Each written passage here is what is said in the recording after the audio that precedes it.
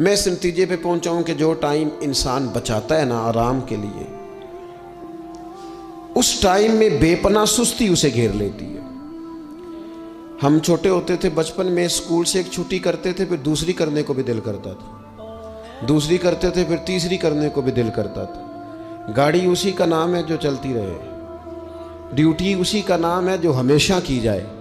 زندگی میں مسلسل جد و جہد کریں گے، مسلسل کام کریں گے، اس کا نتیجہ یہ نکلے گا کہ آپ محسوس کریں گے کہ آپ کا وجود جو ہے وہ بڑی صلاحیتوں والا ہے، وہ بیکار نہیں ہے۔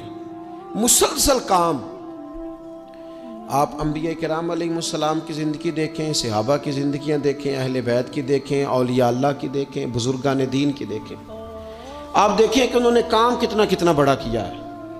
ہم کبھی ان کو پڑھتے ہیں تو حیران ہو جاتے ہیں کہ یار اتنے مختصر وقت میں اتنا زیادہ کام تو ممکن ہی نہیں۔ اعلیٰ حضرت رحمۃ اللہ علیہ نے 1000 کتاب لکھ دی، امام بخاری نے پوری دنیا میں گھوم کر احادیث جمع کر کے ایک جگہ پہ اکٹھی کر دی، اور پھر اصول وضع کر دیے حدیث پاک کے کہ حدیث کس طرح قبول کی جائے گی، پھر اس میں فرق کر دیا کہ صحیح کون سی ہے، متواتر کون سی ہے، حسن کون سی ہے، ضعیف کون سی ہے، موضوع ہو تو پھر اس کے قاعدے کیا ہیں۔ اتنا کام بزرگوں نے کر دیا۔ جد و جہد تھی زندگی میں، مسلسل ڈیوٹی کرتے تھے۔ جب مسلسل کام کرتے ہیں نا، نبی پاک صلی اللہ تعالیٰ علیہ وسلم نے فرمایا جو آدمی محنت کرے، کوشش کرے اور شام کو تھک کے سو جائے، اللہ اس کے پچھلے گناہوں کو معاف فرما دے گا۔ تو چلتے رہیں، جد و جہد کریں، ہمت کریں، کوشش کریں۔ کبھی کبھی یوں ہوتا ہے کہ انسان سمجھتا ہے کہ میں نے کوشش تو کی تھی، لیکن یار یہ میرے کوشش کرنے سے کوئی نتیجہ نہیں نکلا۔ عارف رومی رحمۃ اللہ علیہ فرماتے ہیں کہ ایک شہر ایسا تھا جس میں ایک بیماری بار بار حملہ کرتی تھی، تو 3-4 پہاڑیاں ایک دوسرے کے اوپر تھیں، اکٹھے پہاڑ بنے ہوئے تھے، اس کے اوپر وہ جڑی بوٹی تھی جس سے اس بیماری کا علاج ہوتا تھا۔ تو کئی حکیموں نے بتایا کہ اگر وہ جڑی بوٹی حاصل کر لی جائے تو تمہارے شہر کے لوگ صحت یاب ہو سکتے ہیں، پر وہ 4 پہاڑیاں اوپر نیچے، اور پھر ڈھلان بڑی سیدھی تھی، جو پیر رکھتا پھسل جاتا، کوئی جرت ہی نہ کرتا اوپر جانے کی، لیکن لوگ بیمار تھے، تکلیف میں تھے۔ بالآخر ایک شخص نے ارادہ کیا کہ کب تک لوگوں کو بیماری سے سسکتے، تڑپتے، مرتے دیکھتا رہوں گا۔ اس نے کلاڑا اٹھایا، ہتھوڑا اٹھایا، پہاڑ کاٹنا شروع کیا کہ میں سیڑھیاں بناؤں گا اوپر جانے کے لیے۔ فرماتے ہیں کہ وہ پہاڑ کاٹ رہا تھا تو جو قریب آتے تھے نا، وہ اسے کہتے تھے پاگل ہو گیا تو وہ اکیلا بندہ کیسے پہاڑ کاٹے گا، بیوقوف ہے، چھوڑ دے۔ اس نے کہا یار تم ساتھ نہیں چل سکتے تو حوصلہ شکنی تو نہ کرو، مجھے کچھ کرنے تو دو۔ سالوں لگ گئے، ایک پہاڑ کاٹ کے سیڑھیاں بنائی اس نے، پھر دوسرا پہاڑ شروع کیا، پھر سالوں لگ گئے، اور 2 پہاڑ کاٹے تھے، بڑھاپا آ گیا، بیمار ہو گیا، موت کا وقت آ گیا۔ اب چونکہ سیڑھیاں بن گئی تھی تو 2 پہاڑ کٹ گئے تھے، وہاں تک لوگ آنے جانے لگے تھے۔ این اس وقت جب وہ دنیا سے جا رہا تھا، پھر بھی کچھ لوگ حوصلہ شکنی کر رہے تھے، اسے کہہ رہے تھے خدا کے بندے کیا نتیجہ نکلا۔ کچھ لوگوں کی ڈیوٹی ہوتی ہے اپوزیشن کا کردار ادا کرنا، وہ ہر موقع پر حوصلہ شکنی کرتے۔ اب اس پر آخری وقت آ گیا ہے، باوجود اس کے کچھ لوگوں نے جا کے کہا کیا نتیجہ نکلا جی، تیرے اوپر موت کا وقت آ گیا ہے، تو اوپر تک تو جا نہیں سکا، فائدہ کیا ہوا؟ وہ کہنے لگا بیوقوفو تمہیں پتہ ہی نہیں میں کامیاب ہو کے جا رہا ہوں۔ انہوں نے کہا کس طرح؟ کہنے لگا میں نے آدھا سفر آسان کر دیا ہے، اب جو میرے بعد آئے گا نا اسے 0 سے نہیں شروع کرنا پڑے گا، میں نے آدھا سفر اس کے لیے آسان کر دیا۔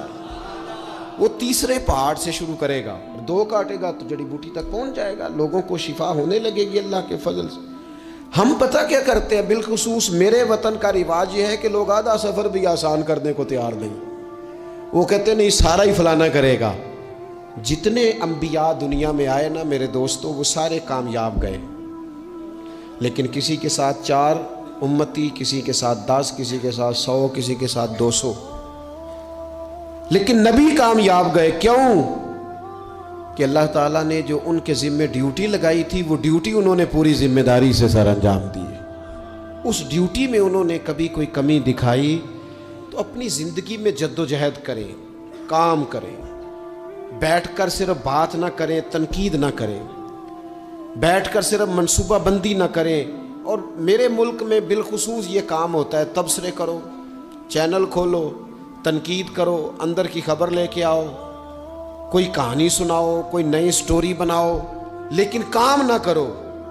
بڑی خوبصورت بات کی شاعر نے, اس نے کہا شکوائے ظلمت شب سے تو کہیں بہتر تھا, اپنے حصے کی کوئی شمع جلاتے جاتے. لوگ تعلیم نہیں حاصل کر رہے تو بھئی آپ ایک بچے کا خرچ اٹھا لیں, کسی غریب کا آپ اسے پڑھا دیں, ایک بندہ تو آپ کی وجہ سے تعلیم یافتہ ہو جائے. لوگوں کو کھانا نہیں مل رہا, بھوکوں مر گئے لوگ, حکومتیں کچھ نہیں کر رہی, آپ 10 بندوں کی ذمہ داری اٹھا لیں.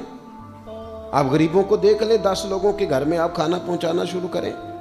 اور یہ ہوتا رہا ہے, لوگ یہ کام کرتے رہے. یہ ڈیوٹیاں ہمارے بزرگوں نے سر انجام دی ہیں, 2 کر کے, 4 کر کے, 6 کر کے انہوں نے کام کیا ہے.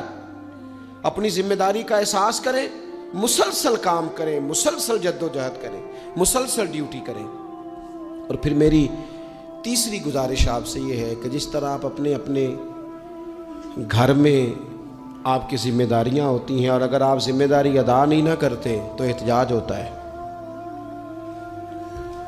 ماں کو ٹائم نہیں دیتے تو ماں بھی احتجاج کرتی ہے, گھر والی کو ٹائم نہیں دیتے تو وہ بھی احتجاج کرتی ہے, دوستوں کو وقت نہیں دیتے تو وہ بھی اس کا شکوہ کرتے ہیں.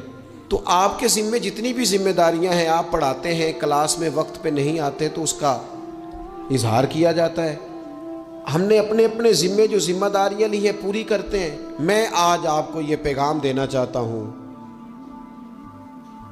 ایک ایک ڈیوٹی دین کی بھی اپنے ذمے لیں. ایک ایک ڈیوٹی, ایک کام اپنے ذمے لے لیں. آپ اپنے اپنے علاقے کی مسجد میں جھاڑو دینے کی ڈیوٹی لے لیں.